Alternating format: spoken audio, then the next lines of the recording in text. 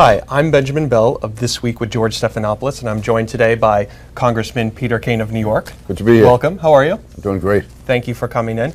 And because we feel all politics is social here at This Week, we're putting your questions on Facebook and Twitter to the Congressman. So, first question comes from @TheLastFew on Twitter, it's his name. Do you think New York responded to the best of its ability in the aftermath of Hurricane Sandy? And he also writes shortage of gas, looting, no power. Yeah, there's really several parts to the question. First of all, as far as the governmental agencies, and I can speak primarily about Long Island, Nassau, and Suffolk County, I think they did virtually everything they could do, especially the police, the fire. You mentioned the looting. In Nassau County, they had extra anti-looting squads out, which was a combination of Nassau County police, state troopers, and National Guard. And looting was absolute minimum in Nassau County. And as an added benefit, they picked up a bunch of bad guys besides by having all these extra patrols out at night. It worked out very well. As far as the power, that was terrible. And that was handled by the Long Island Power Authority. We had several days into the storm, still had 500,000 and 600,000 people out of power. Now, listen, this was a horrible storm. I'm not saying they could have gotten it overnight, and maybe it would have taken several weeks to get the power back. The main issue here was there was no communication, there was no timetable. So you had people, young kids were calling me up, kids had respiratory conditions, and the families wanted to know, listen, if it's going to take 10 days to get power back, so be it. Just let me know. Then I'll find another place to live. I'll move to cousins in Connecticut or Pennsylvania. LIPA had no information to give at all, and they were rude, they were arrogant, and so that was one of probably the main issues was lack of communication, lack of a schedule, and so as a result, you saw the top person in LIPA did step down, and as we go forward, we have to make sure this is corrected. LIPA was just not ready for this type of storm, and after all these years, you think they would have been. As far as, I think the main issue is going to face us right now is going to be in housing. I don't know the full amount yet, but we're going to have thousands of people homeless on Long Island, and we don't have available housing. So that's going to be the issue, is how the housing issue is addressed. What lessons can New York learn, if any, as it relates to a possible terrorist attack? Like, obviously, it's a crisis. Do you see those things as related on some level in the way that a city responds? Yeah. Well, first of all, it would show what would happen if the power grid were attacked. Because I can tell you, communication. I'm not going into detail. Communication was very difficult during those days.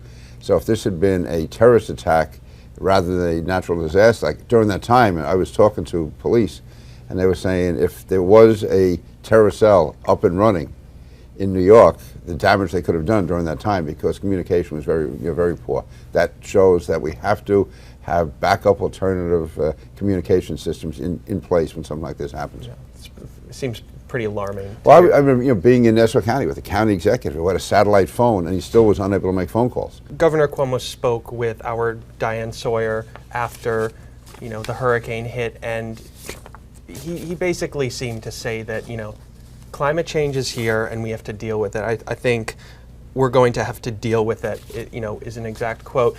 What exactly does that mean? Does that mean some sort of, barrier for New York? Well, first of all, whether or not it's climate change is, that's the second issue. Let's assume it is, assume it's not, it really doesn't matter. This showed that we have to be ready for this type of storm. And I remember going back 6, 7 years when I first became chairman of the Homeland Security Committee, which also includes natural disasters, and getting these briefings from the weather experts, and particularly involving Long Island, saying, well, if this happened and this happened, show me how far up the water could come. I said, has this ever happened before? Well, once back in 1938. So you never really thought it was going to happen. If it did, it's once every 75 years, which is what it turned out to be. But also showing how at Battery Park, Lower Manhattan, the subway system, the Battery Tunnel, the tunnels, how all these things would happen. And the odds of it happening, you figure 1 in a million. Well, now we see that it is real. And New York was built, basically, other cities built up, we built down. Our subway system is really the heart of New York. We have so much, beachfront property was considered, waterfront property was considered the ideal places to live. Now, I think we are going to have to the extent we can, rebuild infrastructure, which is going to protect the city. That includes the subway systems, it includes homes along the water. And also we have to decide whether or not it makes sense to rebuild all these homes in such dangerous locations. I mean, I was in a number of places in the South Shore of Nassau County and Suffolk County. These people had just finished rebuilding from Irene, right, and now they're down again. Well, this is twice in 1 year. And Irene didn't really hit us. I mean, Irene sort of sideswiped us. We lucked out on Irene, and that caused a tremendous amount of damage. Now this one did hit us. So yeah, I think that, and I'm no engineering expert at all, but I think we have to, right now, whenever we build, whenever we set up building codes, whenever we talk about infrastructure, we have to assume that we're going to get more storms like this. And how do we resist them? Because as you saw, the system just, we were not equipped at all. Our infrastructure was not equipped for this. The cops, the firemen, everybody did a great job. County executives, the mayor, I mean, as far as doing what humanly could be done. Right. But the infrastructure was just not there. You can't stop a subway from flooding the way our system is now. You can't stop the Battery Tunnel from flooding. You can't protect homes from being blown away in the South Shore or in Breezy Point. So I think all of that's going to be factored in as we go forward, and have master planners say this is not just something that may happen sometime in the future. We have to assume it's going to happen every year. Right. And there's sort of like a lot of talk about austerity. I mean, obviously worldwide in D.C. And is that how do you square those two things? The idea of trying to reduce our massive budget deficit and debt. How do you square that with the need to restore some infrastructure in New York? That's the issue. I mean, it really is going to be tough. This is the worst time for this to happen. We're at the worst economic time we've had since the Depression. We obviously have savings have to be made. Spending has to be cut back. And yet we have to find a way to protect ourselves, because in the long run it's going to cost us more if we don't rebuild the infrastructure. Right. As far as the impact on the economy and on our way of life. So that's what you elect people for, and that's our obligation. Aaron Hassan on Facebook, who asked, it's a political question, is it your opinion that Governor Christie, while well-meaning, was also politically motivated in his TV appearances with Obama to see Obama reelected in order to set the stage for his own election to 2016? Now, granted that people could see that question as a tiny bit cynical, but at the end of the day, Chris Christie's interested in running for president in 2016, is he not? Yeah, he is, and I've had some differences with Governor Christie in the past, but in fairness to Governor Christie, I don't think he was thinking of 2013 as far as his reelection. I think he saw the devastation affecting his state. Whether or not he should have reacted as emotionally as he did, fact is he was in the eye of that storm, literally. Right. And I think his immediate goal was to get whatever assistance he could for his state, having the president there, showing him the damage. If he was thinking politically, he probably should not have been as friendly to President Obama as he was, if he was thinking politically, because that could hurt him in 2016. So that's why I give him a clean bill of health on that one, because if he really was thinking cynically, he would not have been as friendly to President Obama as he was.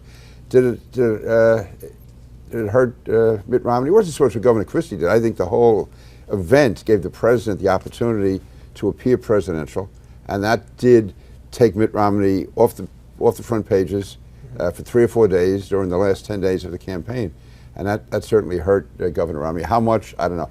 The reason I hesitate to get into this, the politics of it, is President Obama won. I was strongly opposed to him. I strongly supported Governor Romney. The fact is, President Obama won, and any excuses you make now, to me, you should never make excuses, especially after a presidential election. If the person who wins, he wins. So I don't want to be saying you lost because of this, or Romney lost because of this or that. Fact is, President Obama won. Congratulate him on it, and let's go forward. I don't want to be in the position of saying, if only this had happened, if that had happened. When you're in politics and government, you got to play the cards you're dealt.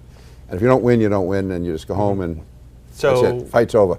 Was he being a sore loser with the comment? I mean, does that really help the Republican Party going forward, having?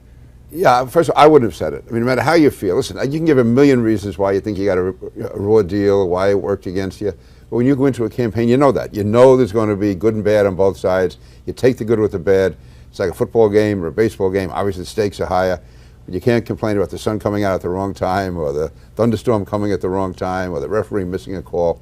Fact is, you have to factor all that in, and you got to plan on winning. And if you don't win, you don't win. That's it. You're lost. Congressman King, thank you so much for taking time to speak to us. And thank you to all of you who submitted your questions on Facebook and Twitter. You can follow us on Twitter at ThisWeekABC and like us on Facebook at facebook.com/ThisWeekABC.